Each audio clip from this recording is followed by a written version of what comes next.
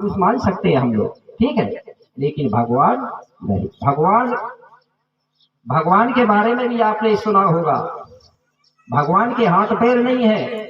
और चौपाई ने भी सही किया है, बिन पग चले सुने। अब विचार करिए कि ऐसी कौन सी चीज है जिसके पांव नहीं है, आंख नहीं है, हाथ नहीं है, फिर भी बिना पैर की चलती है।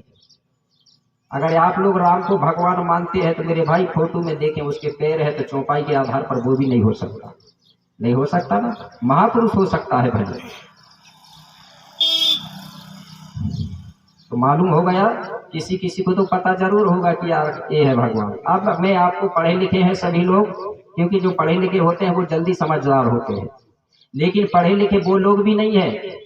पढ़े लिखे का मतलब है पढ़ने लिखने के बाद जिसके अंदर विवेक और तर्क हो तो पढ़ने का मतलब है, नहीं तो कोई मतलब नहीं, ठीक है ना। विवेक तर्क होना चाहिए। देखिए भगवान जब लिखेंगे आप लोग, तो भगवान जब लिखेंगे तो 5 अक्षर आएंगे। कितने अक्षर आएंगे? 5।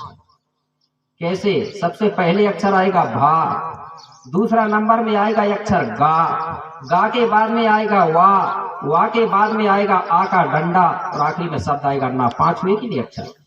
हो गए ना, भा, गा, वा और आ का डंडा और आखिरी में ना। तो भा का मतलब होता है भूमि, भूमि यानी धरती, हुआ कि नहीं? धरती। दूसरा अक्षर कौन सा है? गा। गा, गा का मतलब होता है गगन, गगन यानी आकाश तत्व है, आकाश देवता। गा के बाद में शब्द आया वा का मतलब होता है वायु, वायु यानी हवा, गोंडी में मटिया बोलते हैं हवा को, ठीक है ना, कि नहीं? धरती जल वायु अग्नि और आकाश, 5 तत्व हुए ना। ये 5 तत्व शक्तियों को ही चौपाई ने कहा है, पांचों को बिन पग चला ही सोला ही बिन काम। अब बताइए 5 तत्वों की 5 देवताओं के हाथ पैर है क्या? किसी ने देखा हो तो हाथ उठा के बता दो, मैं भी देख लूंगा। मैंने नहीं देखा, नहीं है ना। अब बताइए इनके 5 तत्वों के हाथ पांव नहीं है, लेकिन फिर भी ये बिना पांव का चलता है। अरे जब पानी बरसेगा तो पानी जब बहेगा तो चलना ही माना जाएगा ना, चलता है कि नहीं चलता? चलेगा ना।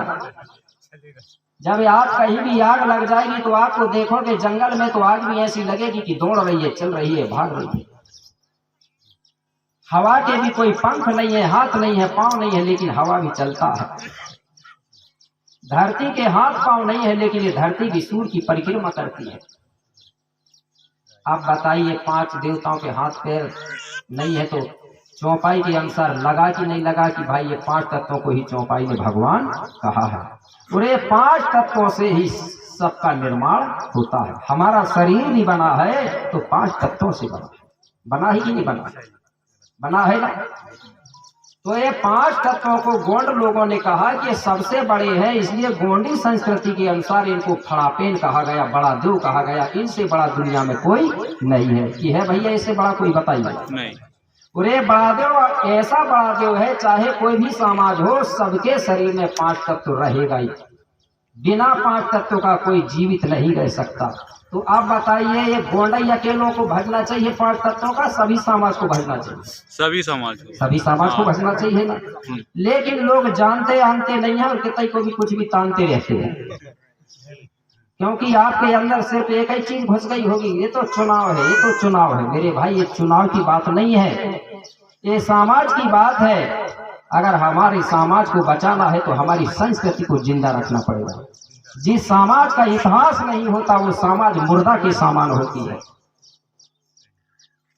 इसलिए मेरे भाई हमारा इतिहास हमको जानना बहुत जरूरी है। तो फड़ापेन कौन है? 5 तत्व शक्तियां। ये फड़ापेन का कभी जन्म और मरण नहीं होता। कि होता है इनका जन्म? नहीं होता ना। कि होता है? जल देवता का जन्म होता है, अग्नि देवता का, वायु देवता का नहीं। ये 5 देवताओं का जन्म नहीं होता। ये प्रकट होते हैं। कैसे होते हैं? प्रकट होते हैं, और प्रकट होने के बाद ये अंतर ध्यान हो जाते हैं। क्यों? कि जो चीज प्रकट होती है वो अंतर ध्यान होती है, और जो चीज जन्म लेती है उसकी मृत्यु होती है। ये प्राकृतिक का नियम है।